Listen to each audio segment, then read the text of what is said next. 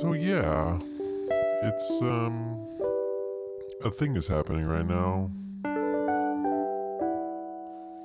Usually, I leave this space at the beginning for just some random chords to get you in the mood. But I started to think how it definitely is quite a lot of time to be passing without any sort of information being furthered along here. I know. At least when I'm watching YouTube in my own personal time, and something doesn't happen for I don't know 2 or 3 seconds, that I instantly start to think about other things. Maybe looking for another video, maybe some work that I was supposed to be doing, but I end up quickly zoning out, which I guess is good and bad. I don't know. What do you think about it? What is it? What do you think about it?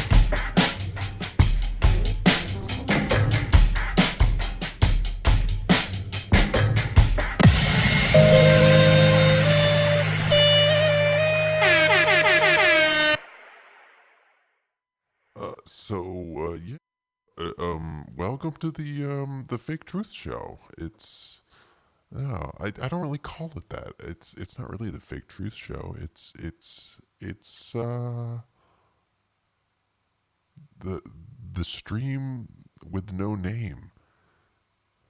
Well, that's sort of giving it a name. It really it defies all description and understanding for the most part. But welcome nonetheless. Welcome to whatever is happening right now. I want to bring you some relevant information that I've been turning over in my mind and could therefore possibly be interesting to you or have some sort of impact on your life. I mean, only you can know what that actually is. And I guess, just to take this symbol, this idea of the key, that somehow information or ideas or ways of looking at things can somehow actually unlock something in you and give you a broader range of understanding on all sorts of stuff. Everything from what's directly in front of you to overarching sort of lower level concepts. So I guess that's sort of what we're on the search for here, is the keys, some sort of key that will help us, I don't know, understand the nature of our reality just a tiny bit better. This is actually a frame from what's it called, Lock and Key. Really, just not a very good Netflix show in the scheme of things. But I want to get into it anyways, just because that's how we roll around here.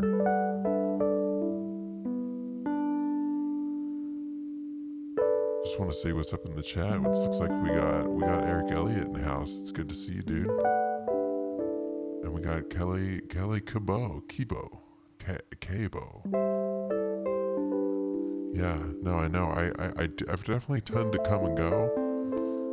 The fact that my logo says that I'm on every night at midnight, I hope you understand to be ironic, because that is not what happens. I actually do wish I could get up on here with some more form of regularity, because I think that might help sort of drive engagement. But for now, it's more of the Wild West, it's the Wild West side, West style. So, anyways, enough riffing. We can do more riffing later. I want to get into the news as I found it on this particular day in time. And I want to lead. I want to lead with this, because it's kind of shocking. Definitely shocking in a way. Man starts eating mobile phone on flight after drinking straight from gin bottle. And again with the numbers, always interesting with the numbers. This repeating 44 can mean a lot of things, but tends, at least in my recent realm, to mean something about like an error or some sort of problem, something that's not going right, right? I mean, in the internet world, we think of the 404 error, which is obviously a bad thing. And yeah, I think that error number has a lot of the same power that something like a 44-year-old person would have. So it's hard to know, right? Everything from war to just little feel good stories like this, what is planted and what is real, what is true. But this definitely seems, I don't know, almost too elaborate to just make up. A man who started eating his mobile phone after drinking from a bottle of gin is facing jail. This dude, can you see that? Can you see it? Did I zoom in too hard? Bam. Um, yeah, EasyJet. Obviously, I don't know if you've ever flown EasyJet. It's pretty sketchy, pretty cheap and lame. I would generally try not to take an EasyJet flight. So I can understand that he would be angry in general, right? But this definitely is interesting, right? Drank straight from the gin bottle, swore at the cabin and crew, and threatened to kill them during the flight, which forced them to land. And while he was just generally flipping out, he started eating his phone and like actually taking it apart, right? Took the battery out. Some crew member had to come with a glass of water.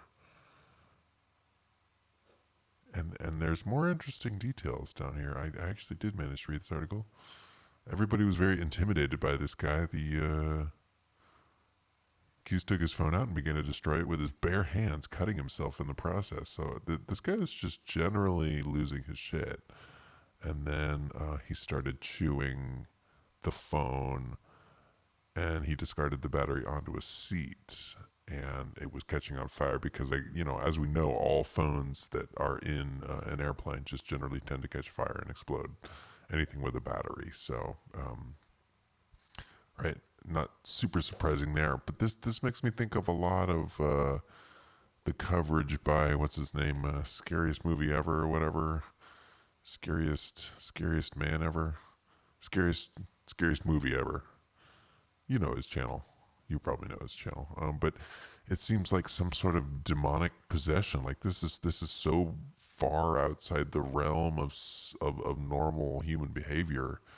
And right, if you've ever actually been on a plane, you know how annoying and sort of lucid you would have to be to actually get onto the flight. That there's so many points at the airport where people that were, potential sort of phone eating people would get weeded out at one of the various security checkpoints, right? So this definitely, it's sort of a head scratcher how somebody could devolve that quickly into eating phones. So, right, but I'm just here to say that Just don't, in general, don't eat your phone.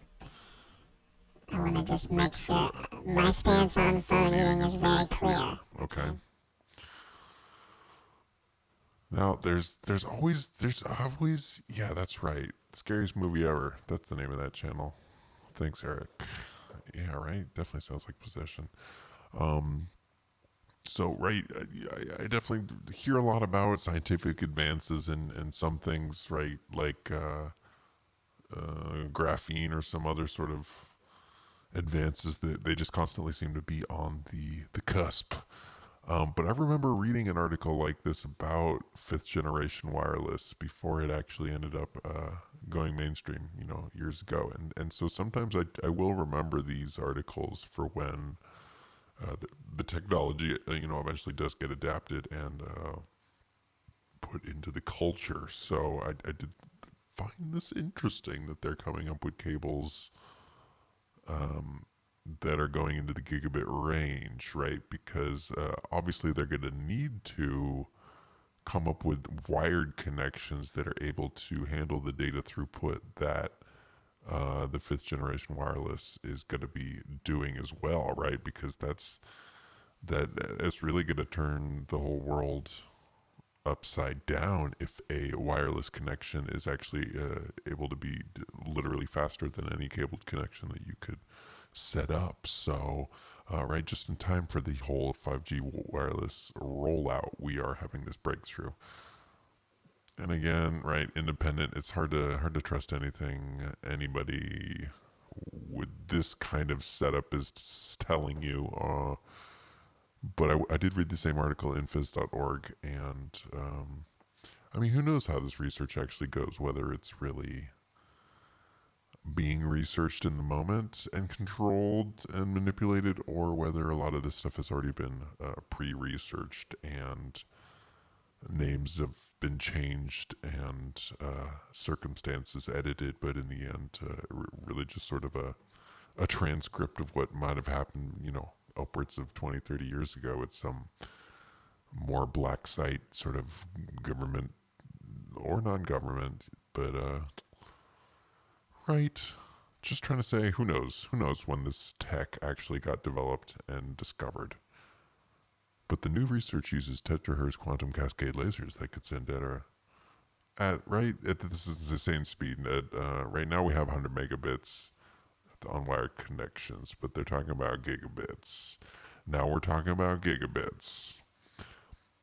And right, you can definitely get into the weeds with the science aspect. It's always pretty interesting to me. I guess they're gonna just modulate the speed because a lot of these sensors, a lot of these things are already have been used for like chemical scientific research, right? Like they're able to figure out which chemicals are in things when they send lasers this fast. So I guess a lot of this has been a readapting of that previous technology, right? But I guess definitely expect this to come on its way. It still remains to be seen when they will actually develop applications for your average consumer that would need this kind of data throughput. But definitely when everything is all smart, connected, they're going to need this kind of throughput anyways from you, whether you're doing it consciously or whether it's just coming from the thousands of network devices that are related to you. Now, I just want to pause for a moment here. The real truth says hello. So I say hello back. I say hello. Real truth. The real truth. It's interesting to have fake truth and the real truth meeting for a discussion, because obviously it seems like there would be some sort of disagreement there, but I think contrary to expectations, we're able to get along pretty well, right? Real truth. Yeah. See, he can relate, or she, or non-binary person. Whatever you're into, Mister. Sorry, I told myself I wouldn't go on too many extreme tangents, just for general entertainment factor. Now, I don't know if you've heard about this. I don't want to give much more fuel to this. What's the code word for this? This fear mongering spread of communicable danger that is happening out there. I seem to read articles that going both ways that this thing's going to take down the human race, and also that it's probably already done and on its way out. But interesting nonetheless that they would be spreading around this idea that there are people that are much more infectious than others. And that they're going to infect a bunch more people, right? And I think this whole current virus is really just practice for down the road, for when things get a little more intense, a little more camping related. Um,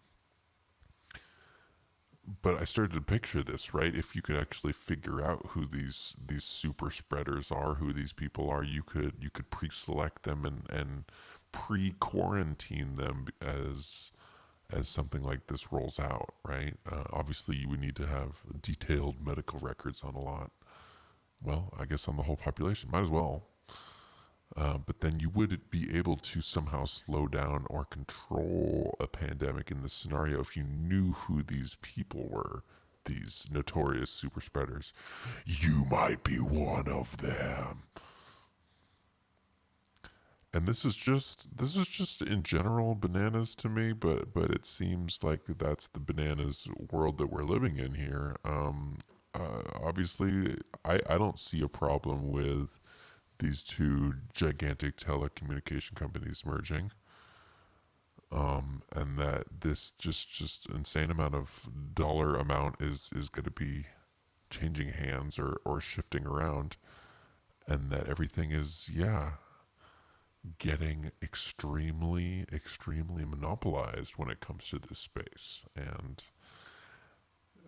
by all accounts, this seems to be like the only space to be in as we head into the future, right? As everything is digital, as all of the good money is in surveillance capitalism, this seems to be the only place you would want to be if you were trying to make serious money. We're not talking just loser regular wages, right? These guys are raking in those 90% profit margins, and right. Obviously, I guess if you're more consolidated, then things are going to just go better in general for you.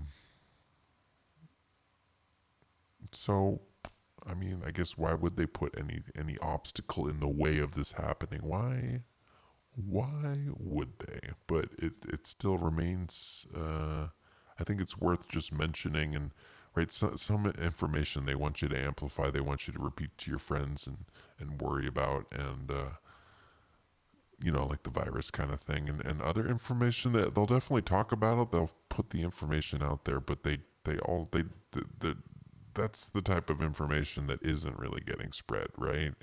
We don't see, this number here, I guess, is Feedly's like share amount, and we're only seeing a 300 plus on that one, as opposed to, right, some of these other articles that are more in the thousands. So, right, obviously not big info that's being spread around, but I think it's worth mentioning, even if you're not in the United States or have anything to do with that. Just I think it's worth talking about the stuff that they don't want you to talk about. Like this one, another not extremely well shared article, but still worth talking about. Chrome is going to start blocking downloads from sources that they don't agree with, right? And this has to do with sites that are not using the latest encryption. And right, I don't know what circles you operate in, but there's obviously, well, wait, hold on. I gotta stop the show again. We just got a shout out from Twitch. Now, if you're on YouTube, you may not be seeing this chat, but somebody's saying WhatsApp from Twitch, and I just wanted to say WhatsApp back to Regnus. Is it Regnus? No, no, it's Regmas. What's up, Regmas? I mean, what's app? What's up with me? I'm just hanging out. It's not one of those exhausted, overworked evening hours for me. Just trying to get by. So, anyways, if you use Chrome, I guess at all, I mean, in general, not a super great idea. I would probably recommend Firefox or something else, but you may have seen this, right, as you navigate the web and maybe download a file that is maybe older, maybe also just related to piracy or some other sort of illicit activity. And Chrome will definitely get in your face and say, don't use it. Don't do that. Don't touch it. And you will be like, well, I have free agency and I downloaded this on purpose and I want to open this file now, so I'm going to do that. And then Chrome has no response to that. It's basically just sort of passive aggressively, just sort of deals with it at that point. and they've been working these things into all sorts of different areas of our tech lives. I mean, I notice it on Macintosh. If you know, the same thing. If you download a program not from the App Store, from some other sort of service, then it's going to tell you, well, this, we don't know this certificate here. This is probably some sketchy ass like weapons grade Stuxnet shit that you're messing with, so we're not going to let you open it, and you have to right click on it and say, I want to open it anyways. And then it's like, God damn you, why are you risking the fate of all humanity? And right, this sort of dance of the mega corporation knows exactly what is safe and what isn't, and it's gonna stop you. But yeah, usually there is a quick workaround, a way to get around this and open the program that you know, possibly purchased and want to just use. But those days, yeah, will definitely be coming to an end in the near term future, as we see that, yeah, starting in Chrome 86, man, they're just gonna start blocking it all. They're gonna block all of it.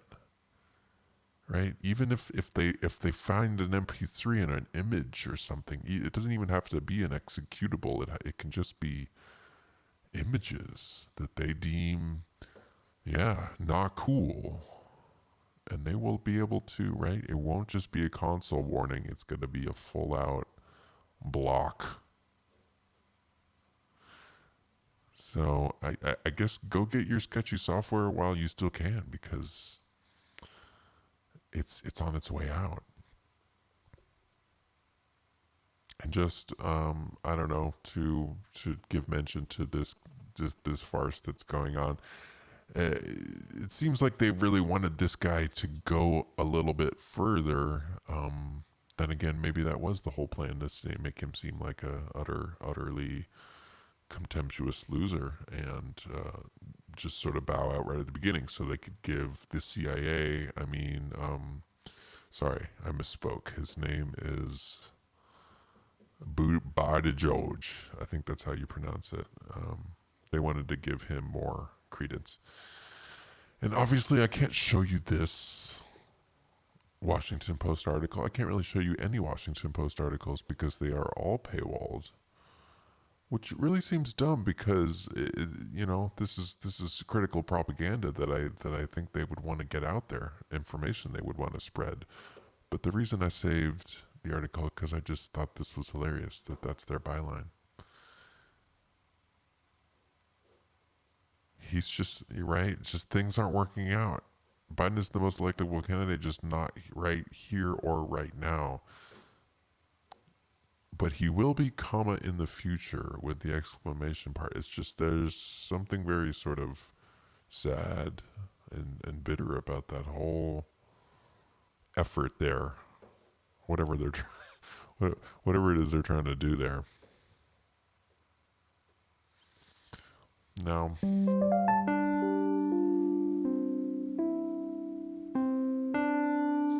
guess we do have a couple minutes. I want to just highlight a couple things with this show. It really was almost too boring to watch, which is saying a lot. You know, beautifully made, full of sheen and shine and good actors and production design, the whole thing. But that doesn't necessarily mean that it's going to be an entertaining show. Um, yeah, I don't even really want to get much into the plot and all of that thing. But what is interesting in this, I keep meaning to put up some sort of larger comparison here. That this show really, honestly, has the same exact plot that many other shows have had this year. And that's just sort of a general theme that a lot of global level entertainment does, touch on the same themes and have the same ideas, and in general are all sort of telling the same story, just sort of variations on it. But it's a little bit more extreme this year in that, yeah, there really are back to back shows on the same platform that have the same exact core concept, like even more than core concepts, like literally the same plot points and ideas.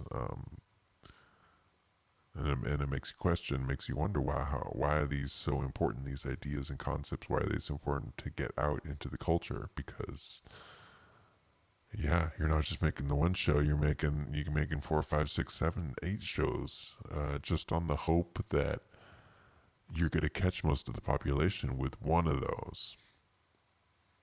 Well, I guess there still are a lot of people that don't watch television,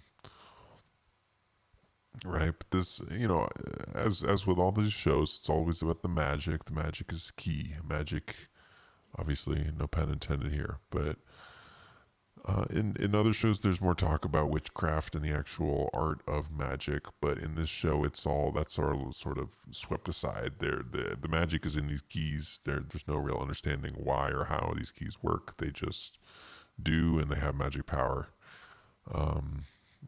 Like this guy, he gives himself the Phoenix key because he wants to keep the secret, and it blows himself up. It's a pretty sad opening. Even though we don't know the guy, he blows himself up. And yeah, I promised I wouldn't get into the plot, but it's all for something, right? He blows up his house, and this I thought was just very interesting on my search for shapes and architecture and all of that. He's got this house, and then in his window, in the main window, and you don't see this window at first, right? This is the frame before you see sort of exploding house. And as it zooms out, you end up seeing the octagon, and we know what the octagon represents, the nature of existence on this mortal plane, it seems. And so interesting to start the show with fire and rage and death flying outwards, coming out. It's coming out of the octagon. Right, and so family gets there, and I'm hoping I have this next frame. The family arrives at this gigantic house, and it really is. It's like this carbon copy of this other show. I really wish I knew the name. It aired earlier this year on Netflix, and they go to a house and are generally just sort of pissed about it. But outside of the house, there's obviously a creepy ass well where, yeah, I'll give it away. There's just like a demon living there, and he fucks with them the whole show until they think they kill him, and then they don't, and then it goes into the next season. Very, very sort of predictable stuff. But do you see what's in this image as well? All right, we have the opening of the well, but at the top of this building, yes, that's right. We got the octagon again, and this is seen as I don't know, almost something that's inescapable, at least for the demon that's stuck in here until the little boy sort of screws it up and gives her the key. Him, her, some more gender fluid things happening in this show as well. But right, notice the octagon. Okay, so maybe 2 times you could write off as a coincidence. I thought it was interesting they got this actor for this show. He felt really out of place, sucking all the room up. Uh, what do they say? Sucking all the air out of the room.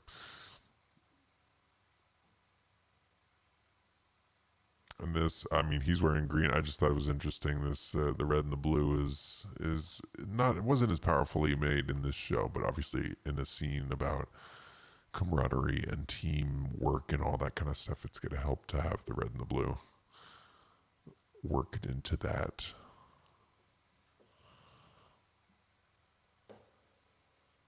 And there may be some misfires here. I'm trying to remember why I took this frame. Mostly about this kid with this creepy key. He's just working the keys, right? Okay, so we had at the beginning, we had the well, and now we have another octagon very prominently placed under the light. Octagon. So yeah, maybe the director just is super into octagons and thinks those are cool. Or maybe there is some sort of grand overarching symbolism that we haven't been taught, but that is we're constantly being inundated with, and that's the reason why it works. Is that we don't know the rules, we don't know what things they trigger in us. It all happens subconsciously, and if we really did know that, we would, I don't know, maybe somehow be able to defend ourselves or feel stronger, or at least take part in the joke. But as it is, we're left guessing. I'm not sure, but it's another octagon prominently placed in the show, and this is I probably still in the first couple episodes. And yeah, we got into the whole color theory thing about they go inside their heads and everything's sort of multicolored, and that's an interesting take on the nature of light and prisming, and to what memory does to memory, basically, and how most memory is made up of light. And then just rounding out our friendly symbolism talk here, they eventually find, I guess, this door to hell, or the other sort of other world, and right, again, a lot of parallels with Sabrina and other sort of demonic magic shows that have been happening this year. We see this giant, it's sort of a keyhole within a keyhole, right? Key, and we see this blue light, the blue light of Lucifer spilling out upon us. Right? And so obviously it's not surprising to me to see that the gates of hell being portrayed with this blue light. Hopefully we're all on the same page. But eventually they sort of figure it out. They think they killed the demon, even though they killed their best friend accidentally instead. And yeah, she gets over her alcoholism. And yeah, then they just have pancakes and everything's basically awesome. Basically. Until my playback freezes. Dude, we were jamming there. What the? Don't freeze my playback. I was writing we were writing the outro. There we go. All right. Well, I guess it's time for the end of the show. That's what this music's about anyways. That's my cue that it's almost over. The show. Just like these slides, this is almost the last slide of the show. And they're like, look at the sunset and everything's all good.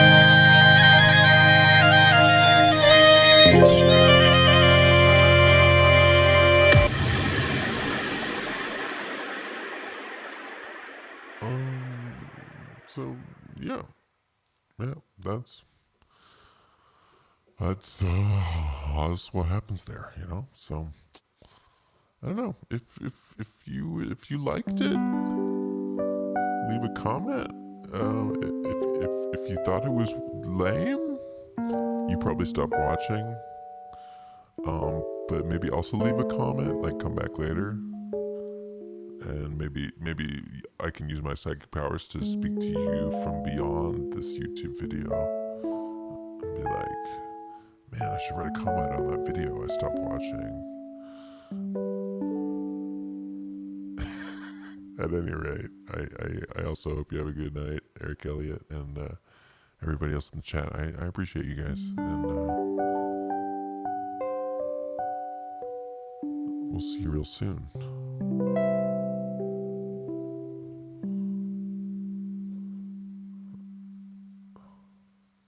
Yeah, do the bumper again. Wait for it. Mic drop. I'm out.